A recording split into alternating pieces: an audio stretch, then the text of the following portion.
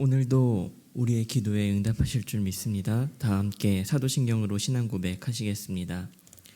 전능하사 천지를 만드신 하나님 아버지를 내가 믿사오며 그 외아들 우리 주 예수 그리스도를 믿사오니 이는 성령으로 잉태하사 동정녀 마리아에게 나시고 본디오 빌라도에게 고난을 받으사 십자가에 못 박혀 죽으시고 장사한 지 사흘 만에 죽은 자 가운데서 다시 살아나시며 하늘에 오르사 전능하신 하나님 우편에 앉아 계시다가 저리로서 산자와 죽은 자를 심판하러 오시리라. 성령을 믿사오며 거룩한 공예와 성도가 서로 교통하는 것과 죄를 사하여 주시는 것과 몸이 다시 사는 것과 영원히 사는 것을 믿사옵. 아멘. 다 함께 찬송가 88장 찬양하시겠습니다.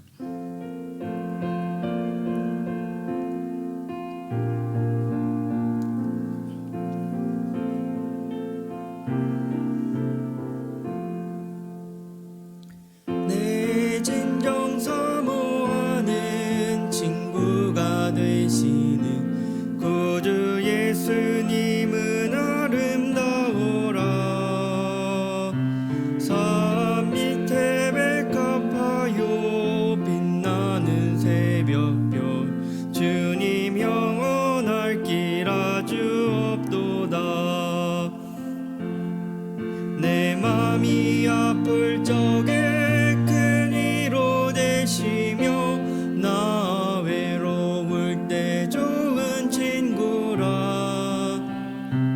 주는 저 산 밑에 백합 빛나는 새벽별 이 땅 위에 비길 것이 없도다. 내 몸에 묻은 염려 이 세상 고락도 주님 항상 같이 하여 주시고 시험을 당할 때에 악마의 계교를 즉시 물리치사 나를 지키네.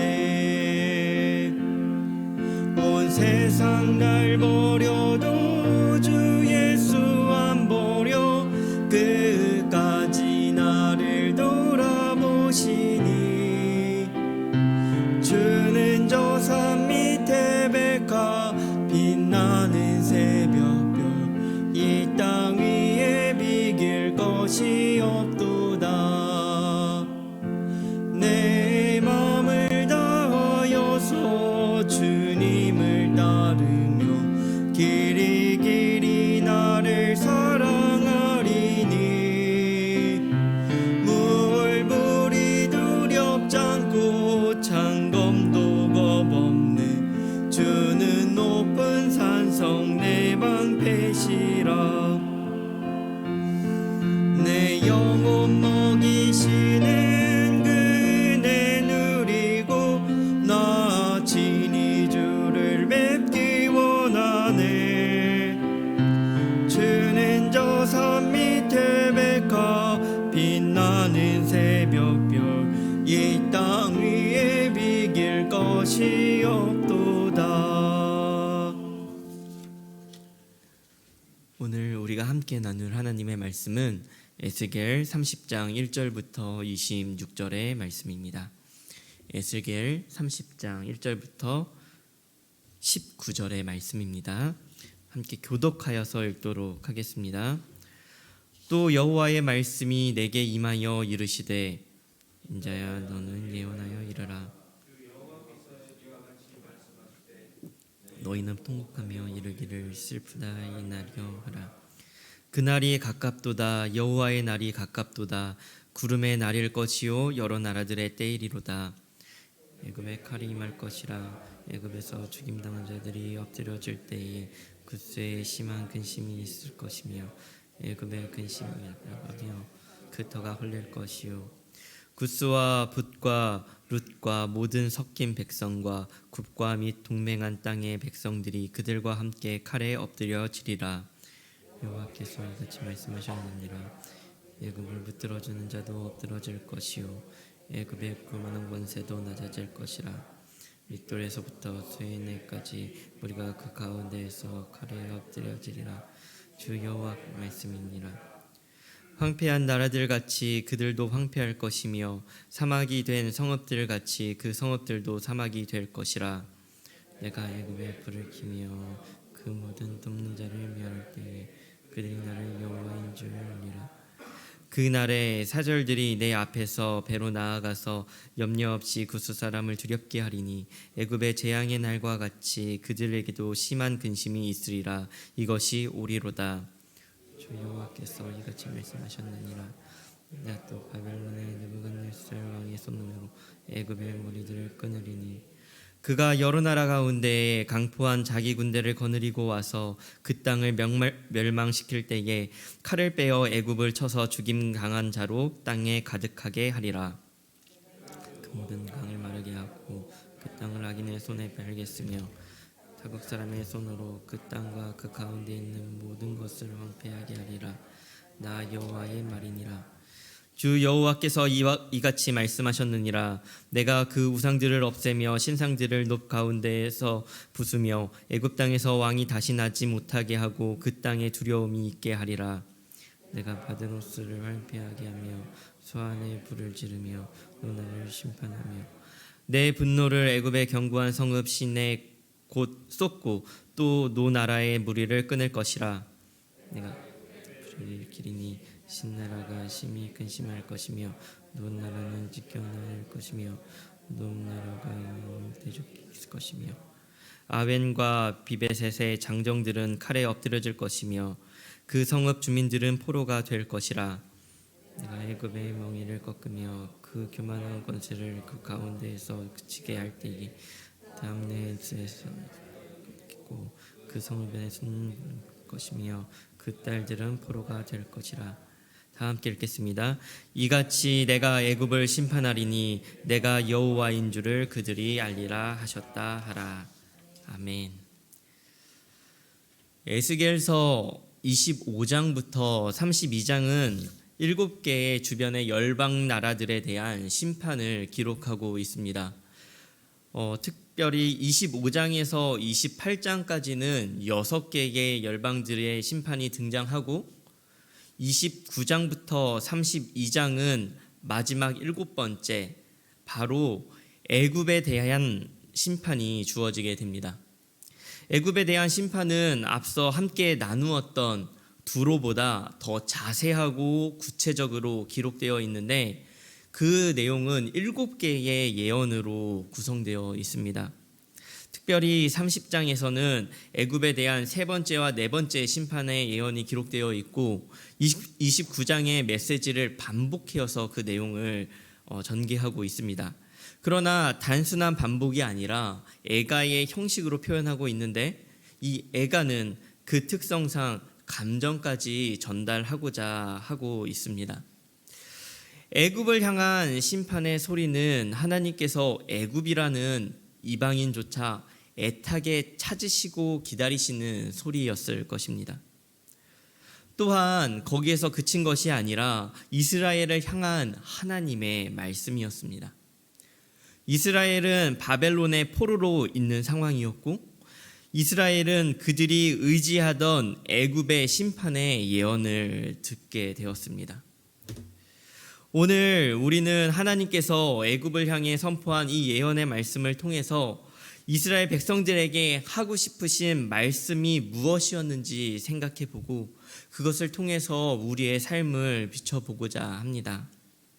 우리가 오늘 함께 나눌 묵상의 말씀은 두 가지인데 첫 번째는 심판의 날이 다가오고 있다는 것을 기억해야 한다는 것입니다. 3절은 이렇게 이야기합니다. 여호와의 날이 가깝다라고 말씀하는데 그 말씀은 그날이 가깝도다. 여호와의 날이 가깝도다. 구름의 날일 것이요 여러 나라들의 때이리로다. 여기서 구름의 날이라는 것은 전쟁을 위해 애굽으로 모여드는 나라들을 의미합니다. 6절은 이어서 이렇게 말씀합니다. 여호와께서 이같이 말씀하셨느니라. 애굽을 붙들어주는 자도 엎드러질 것이요 애굽의 교만한 권세도 낮아질 것이라. 믹돌에서부터 수에네까지 무리가 그 가운데에서 칼에 엎드려지리라. 주 여호와의 말씀이니라. 여호와의 날에 하나님은 이집트만을 심판하시지 않겠다라고 말씀하십니다. 이 애굽을 향한 심판에 이 애굽을 의지한 모든 동맹국들이 포함되어 있다는 말씀입니다. 여기에서 특별히 믹돌에서부터 수에네까지라는 말은 애굽 북부의 도시와 남부의 경계를 나타내는 지명들로 애굽의 전역을 나타내는 말입니다.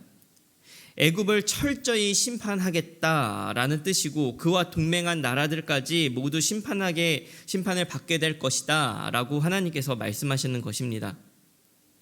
이 이외에도 우리가 읽은 이 긴 본문 안에는 수도 없이 많은 여러 나라들의 이름이 존재하는데 그것들은 전부 다 애굽과 동맹하고 애굽과 그 뜻을 함께한 나라들을 지칭하고 있습니다. 사실 이스라엘이 포로로 오게 된 이유는 무엇입니까? 하나님을 구원자로 의뢰하고 하나님을 의지하기보다 애굽과 동맹을 맺고 애굽을 더 의지하고 그렇게 우상 숭배를 애굽을 대상으로 하였기 때문입니다. 바벨론이 이스라엘을 공격한 표면적인 이유 역시 애굽의 동맹국이었기 때문입니다.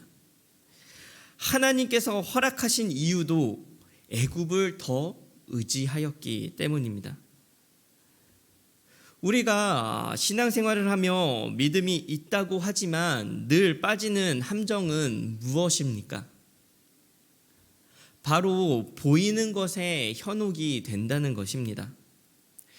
이스라엘 백성들이 애굽을 의지한 이유는 아주 단순합니다. 그 당시 애굽이 제일 강한 나라였기 때문입니다. 애굽을 의지한 이유는 애굽이 그만큼 강했고 애굽을 의지하면 바벨론이라는 어려움, 아수르라는 어려움들을 쉽게 극복할 수 있을 것이라는 생각에서였습니다. 하지만 이 이스라엘의 눈에는 제일 강하신 하나님이 보이지 않았습니다. 보이지 않았고 그렇기 때문에 잊었고 그렇게 그냥 보이는 것에 현혹되어 살아간 것입니다. 하나님은 분명히 눈에 보이시지는 않지만 분명히 살아 계시며 이 세상의 역사까지도 주관하시는 분이시라는 사실을 성경을 통해 끊임없이 보여주고 계십니다. 우리가 오늘 읽은 이 성경의 말씀도 하나님께서 애굽을 심판하시겠다는 이 사실도 사실은 바벨론이 그냥 하나의 나라인 애굽을 공격한 것이 아니라 그 가운데는 하나님의 뜻이 있고 하나님의 계획이 있으시며 하나님께서 역사를 주관하신다라는 사실을 계속적으로 우리에게 말씀해 주고 계신 것입니다. 그러나 우리의 삶은 그렇지 않습니다. 아브라함의 조카 롯이 땅을 선택할 때에 그는 약속의 땅이 아니라 보기 좋은 땅을 선택하였고 아브라함은 이삭을 기다리기에 앞서서 너무나 지쳐버린 나머지 하갈을 통해 이스마엘을 낳았듯이 우리의 선택은 하나님을 외면하고 하나님을 기다리기보다는 우리의 선택이 더 빠를 때가 많습니다. 심지어 여호와의 날, 심판의 그 날이 우리에게 다가온다는 사실도 잊고 지냅니다. 죽음을 망각하는 사람은 삶의 소중함을 잃어버립니다. 마찬가지로 심판을 잊은 사람은 구원의 감사함을 잊어버릴 수밖에 없습니다. 하나님은 우리에게 이미 구원을 베풀어 주셨고 그 은혜를 잊는 것은 이스라엘의 길을 걷는 것입니다. 우리는 이 보이는 세상을 살아가지만 보이지 않는 하나님을 기억해야 하고 보이지 않는 그 심판의 날이 우리에게 점점 다가오고 있다는 그 사실을 기억하면서 살아가야 합니다. 하나님의 말씀을 믿으며 하나님의 약속을 믿으며 하나님의 백성으로 사는 그 삶이 우리의 삶일 것입니다. 그렇게 오늘 하루를 심판의 날을 기억하며 살아가는 우리 모든 성도님들이 되시기를 간절히 소망합니다. 함께 나눌 묵상의 말씀 두 번째는 구원의 날을 기억해야 한다는 것입니다. 애굽에 대한 심판에서 두드러지는 문장이 하나 있는데 바로 오늘 설교의 제목인 그 나를 여호와인 줄 알리라 라는 문장입니다. 이와 비슷한 문장이 29장에서 32장까지 9번이나 반복되고 있습니다. 이 애굽에 대한 심판의 내용에서 이 문장이 9번이나 전개되고 있는데 이것은 에스겔서 전체에 있어서 약 50번이나 반복되어지고 있습니다. 그 어떤 성경에서도 이렇게 많이 나를 여호와인 줄 알리라 라는 이 문장을 쓴 성경은 아무것도 없습니다. 그러나 이 반복되어서 이 문장을 힘주어 강조하고 있는데 이 정도면은 에스겔서의 전체의 중심 문장이라고 볼 수 있을 정도이지만 특별히 오늘 애굽의 심판에 앞서서 이 문장을 곱씹고 되돌아보고자 하는 것은 이 문장은 출애굽의 상황과 연결이 되기 때문입니다.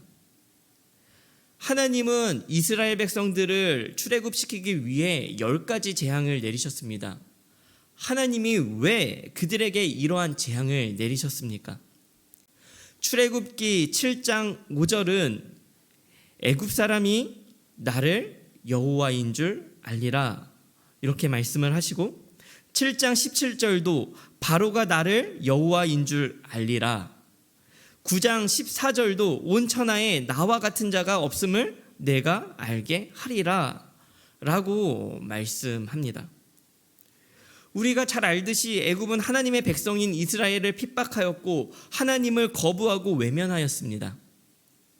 애굽 출애굽기에서 보여주는 바로의 완악함은 심판받기에 충분했습니다.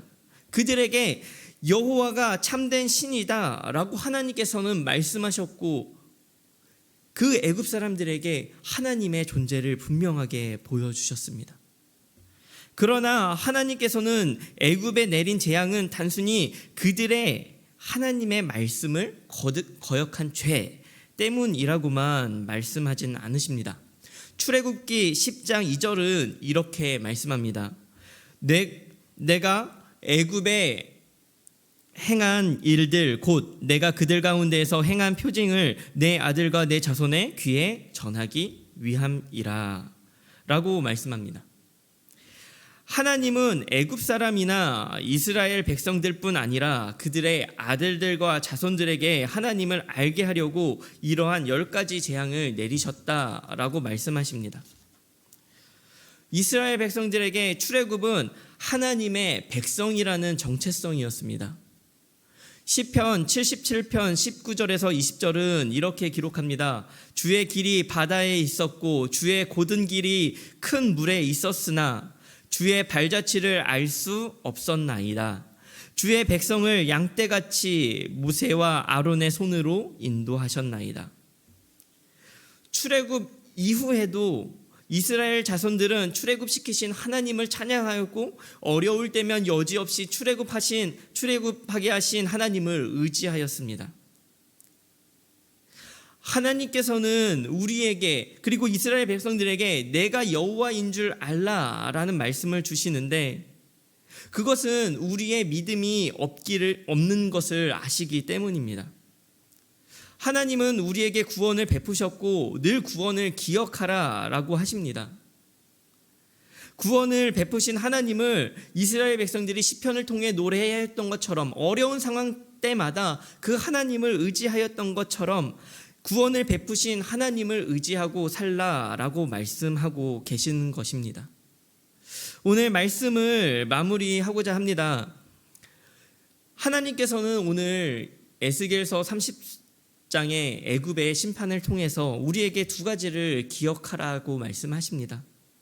심판의 날을 기억하고 구원의 날을 기억하라라고 하시는 것입니다. 심판은 우리를 오늘 하루를 방자하게 살도록 만들지 않을 것이고 구원은 우리로 하여금 감사하며 하나님을 의지하며 살아가게 할 것입니다. 오늘 하루가 심판과 구원의 날 이 사이에서 오늘 하루를 살아가시는 우리 모든 성도님들이 되시기를 간절히 소망합니다. 그렇게 여호와 하나님을 기억하고 내가 여호와인 줄 알라라고 말씀하신 그 하나님의 음성에 반응하시는, 그렇게 살아가시는 오늘 하루가 되시기를 간절히 소망합니다. 우리 함께 말씀을 기억하며 기도했으면 좋겠습니다. 첫 번째, 기도하실 때는 이렇게 기도했으면 좋겠습니다. 하나님, 심판의 날을 기억하게 하여 주옵소서. 보이는 것에 현혹되어 보이지 않는 것들을 잊은 채 방자히 살아가지 않게 하여 주옵소서라고 기도했으면 좋겠고요. 두 번째로는 구원의 날을 기억하게 하여 주옵소서. 하나님의 백성이라는 정체성을 간직하게 하시고 어려움 속에서도 하나님을 의지하게 하시고 오늘 하루도 구원받은 하나님의 백성으로 살아가게 하여 주옵소서라고 오늘 아침 이렇게 말씀을 붙들고 나아가는 하루가 되었으면 좋겠습니다. 다 함께 기도하시겠습니다. 하나님, 함께하여 주옵소서. 하나님, 심판의 날을 기억하는